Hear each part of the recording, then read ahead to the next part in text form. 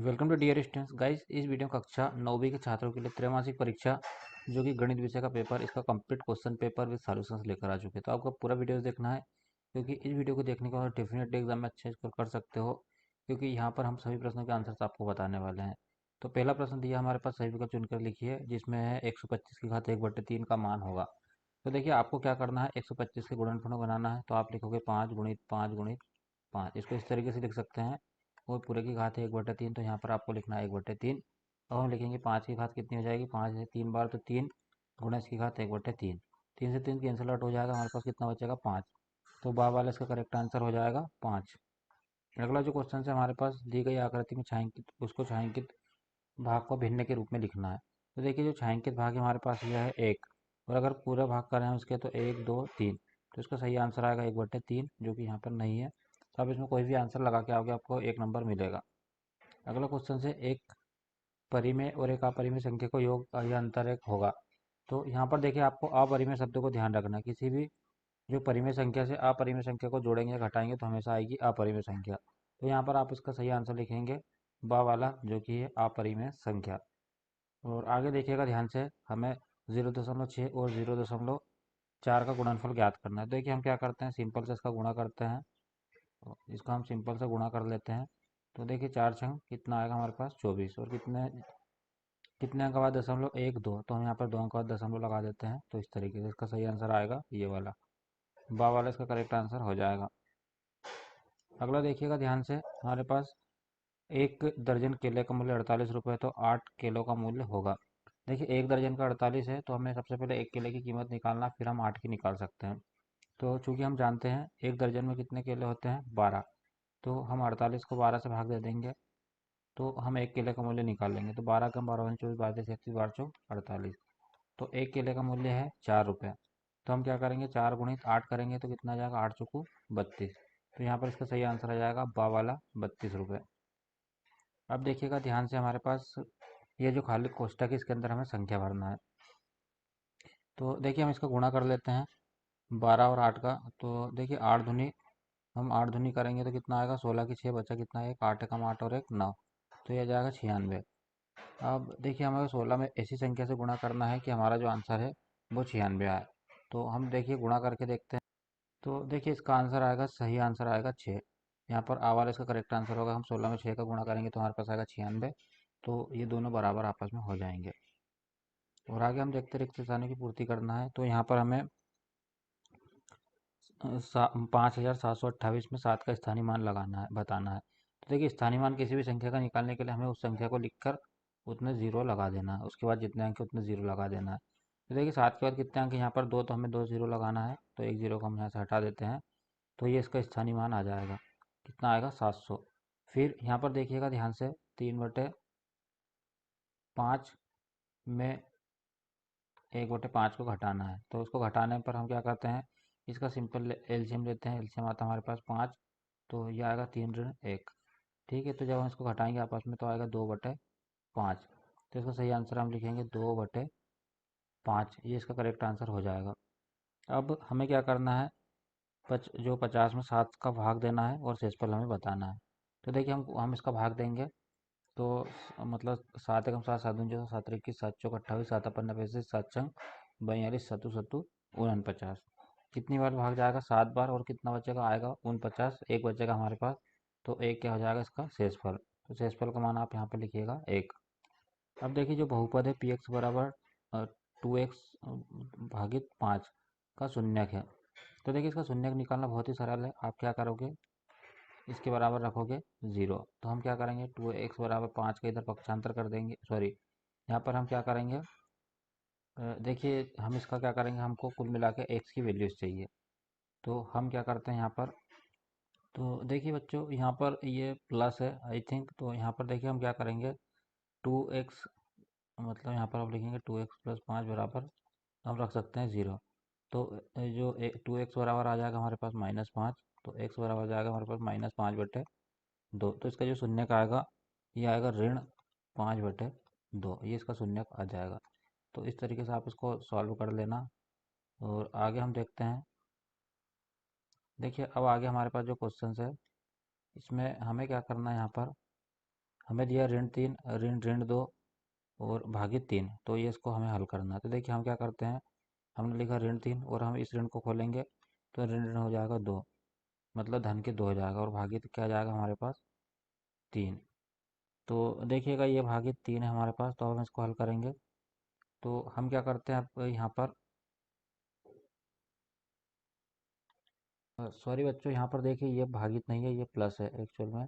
तो ये देखिए धन ऋण आपस में कट जाएंगे तो हमारे पास कितना बचेगा 2।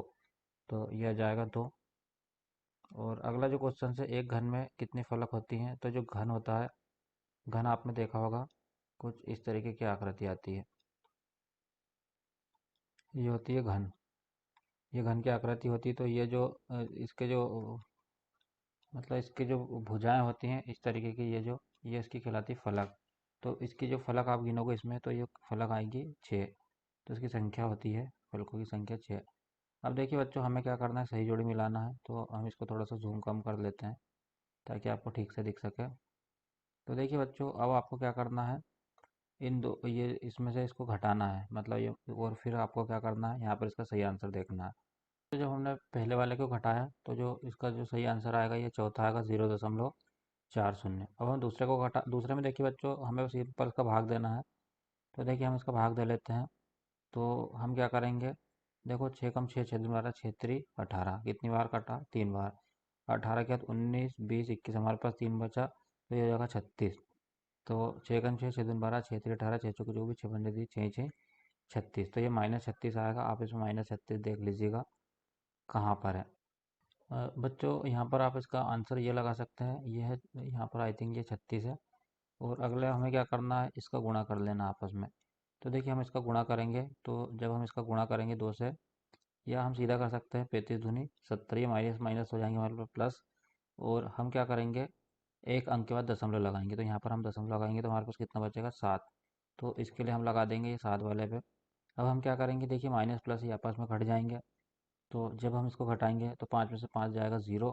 और मतलब 7 में से 4 जाएगा तो 4 के बाद 5 6 7, 3 बचेगा हमारे पास इस तरीके से। और माइनस आ जाएगा तो ये -3 इसका सही आंसर होगा। तो यहाँ पर हम देखते हैं, तो बच्चों यहाँ पर इसका जो आंसर आएगा ये आएगा -3। और अगला हमारे पास है यहाँ पर 5/4। तो हम क्या करेंगे, इसका भाग देंगे। तो देखिए 4 एकम 4, हमारे पास कितना, हम भाग देंगे 5 में देंगे हम 4 का भाग। तो देखिए 4 एकम 4, कितना बचा हमारे पास 1। तो हम दशमलव लगा देंगे 0। 4 दूनी 8, फिर हमारे पास बचा 2, 4 पंजे 20। तो ये इसका सही आंसर हो जाएगा 1.25, ये इसका करेक्ट आंसर हो जाएगा। और जो लास्ट वाला है, लास्ट वाले के लिए आप इसको लगा सकते हैं, ये वाले को। तो बच्चे देखिए यहाँ पर दो चीज़ें, यहाँ पर वाई प्रिंट मिस्टेक था। तो आप इस बात का ध्यान रखना, आप अपना आंसर जो है करेक्ट लिखना। और आगे हम देखते हैं, अब हमें एक बाकी, और आगे बच्चों हमारे पास है एक शब्द एक वाक्य में उत्तर लिखना है। तो देखिएगा ध्यान से, बिंदु एक, मतलब 4 एक की एक अक्ष से दूरी, तो इससे एक अक्ष से दूरी होगी 4, और वाई अक्ष से दूरी होगी इसकी 1। अब हमें क्या करना है, हमारे पास है 250 मीटर कपड़े को एक थान में से, कितना कपड़ा काटा हमने 140 मीटर, तो कितना कपड़ा शेष बचा। तो आप क्या करोगे, 250 में से 140 को घटा देना। तो आप जब इसको घटाएंगे तो आ जाएगा 110 मीटर कपड़ा आ जाएगा। अब ये जो बिंदु किस चतुर्थांश में स्थित है, तो देखिए आप चतुर्थांश को पहले समझ लेना।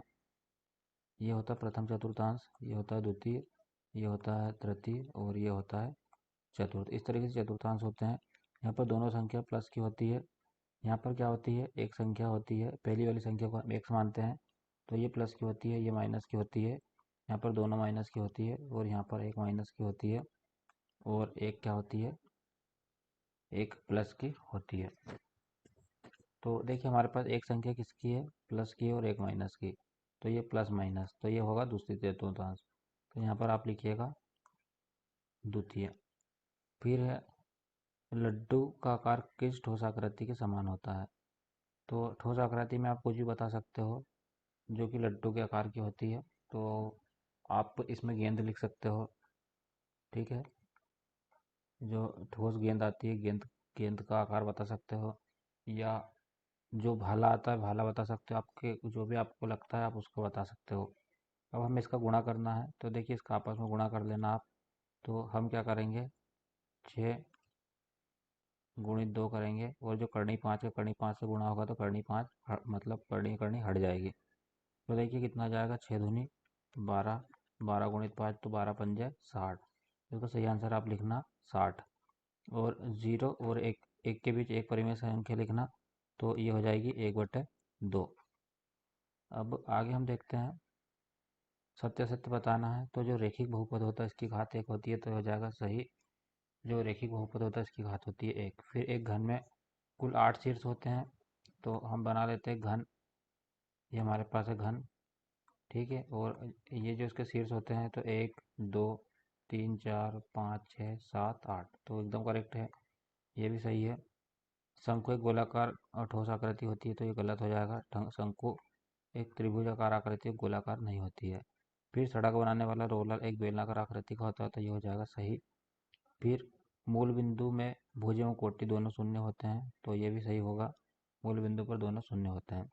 फिर जो -5 है, -2 से छोटी किंतु -8 से बड़ी है, तो ये एकदम करेक्ट हो जाएगा। जो -5 है ये -8 से बड़ी है किंतु 2 से छोटी है। तो बच्चों यहाँ पर हमने आपको ऑब्जेक्टिव क्वेश्चन है ये सभी बता दिए हैं। अब बड़े क्वेश्चन हैं जो कि इस वीडियो में बता पाना पॉसिबल नहीं है, तो हम इसके लिए नेक्स्ट जल्दी वीडियो लेकर आने वाले हैं। यदि आपको इस वीडियो को पसंद आया तो आप हमें कमेंट्स करके ज़रूर बताना कि हम नेक्स्ट वीडियो लेकर आएँ या ना आए। Thanks for watching.